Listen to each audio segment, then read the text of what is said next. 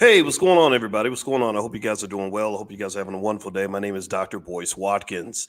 Today on drboycetv.com, we're going to talk about this interesting story that I just read about a mother who felt the need to spend $16,000 on her daughter's prom. Now, we're not here to shame the mother. We're not here to shame the daughter. Certainly, we're just here to kind of analyze this and think this through. And I'm going to just let you know what I see. And I'm going to be honest. And so I hope that that's okay. So anyway, get comfortable, buckle up the seatbelt. We're going to get started on drboycetv.com right now.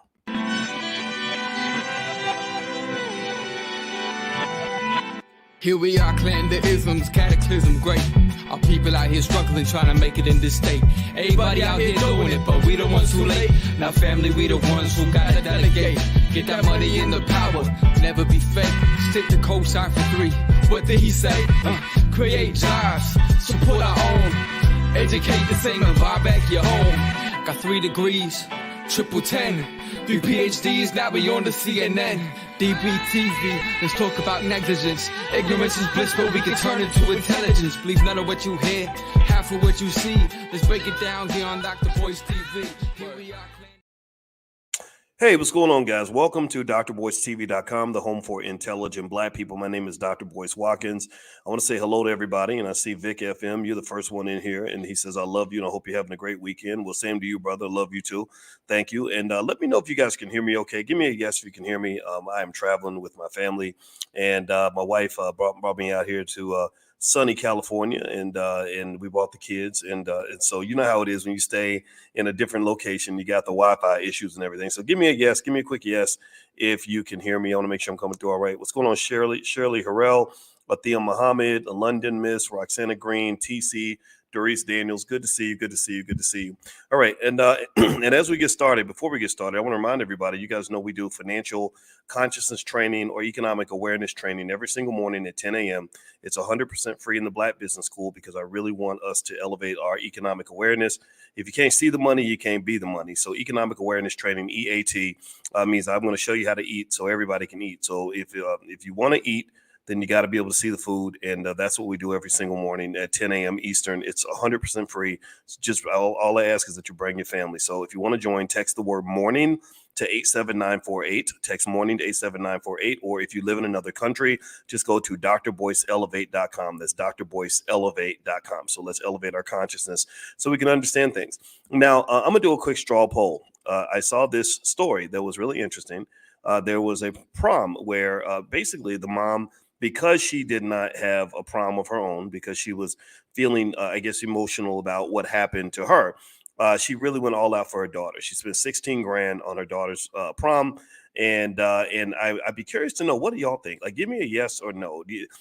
Give me a yes if you think everything's cool. It's not a big deal. We're overreacting. It's her business. It's fine. And give me a no if you think, I feel a little bit weird. Like this is a lot. This is a little bit too much. How about, did anybody in here? I'll be curious. Did any of y'all spend anything close to 16 grand on your prom?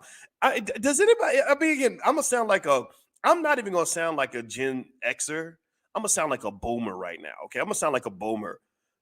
What the hell's going on with these kids and these crazy proms? Have you seen how they've been flexing at their proms? Like I saw a guy who pulled up. He had a police escort, like the president of the United States. So the police escort comes through with 4 police motorcycles with their sirens on. And then he had a group of cheerleaders that were walking behind the police escort with their pom-poms. And then he pulls up in a Tesla Cybertruck. Like, what's going on right now? Like, is this like the flex on them Olympics? Like, is that what we're doing now? Is this our new competition? Like, did I miss the memo? Because I got to show y'all pictures of my proms. I had a couple of nickels to rub together. I had to buy my suit and my girlfriend's dress. And my parents didn't know that my girlfriend was pregnant, so we had to get a little bit of a extra large kind of dress. I mean, they just thought she was gaining weight. They thought I like big girls or something. And that's how we did it, man. We didn't we didn't do all this crazy stuff. I don't know. So I don't know. I find it interesting, right? And I'm not here to judge. I'm not here to talk bad about anybody. So let's just keep that 100% clear. I think we can have an honest conversation without it being either enabling of unhealthy financial behavior, but also without it being just, nasty and cold. And because we don't know this lady's business. For all we know, $16,000 might be nothing but a thing to her. She might be somebody that might spend 16 grand going on vacation. She might be a multimillionaire. She might have hundreds of thousands, if not millions of dollars in the bank. And there are people who do this. If Kim Kardashian can look fancy and buy luxury items, then why can't a black girl have these things, right? So nothing wrong with that at all. I want to make that 100% clear. Okay, so give me a yes if you agree. We can have this conversation in love without it just being a nasty gossip fest. Okay, all right. So let's jump into some of this, right? And let's just talk about some things to sort of factor here, really from an economic awareness standpoint. When you're talking about proms and you're talking about economic awareness, this really is something, and we do our economic awareness training every morning. This is really where you're able to kind of understand and see just how wealth works and where your money's going.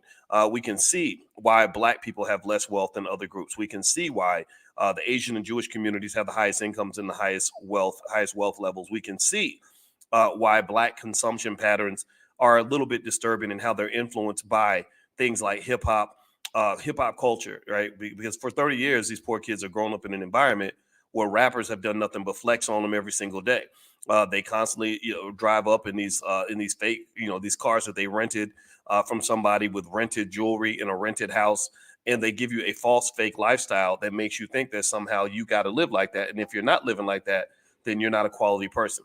Quality of individuals, in my view, should be measured by how hardworking you are, how smart you are, whether you're a good person or a bad person.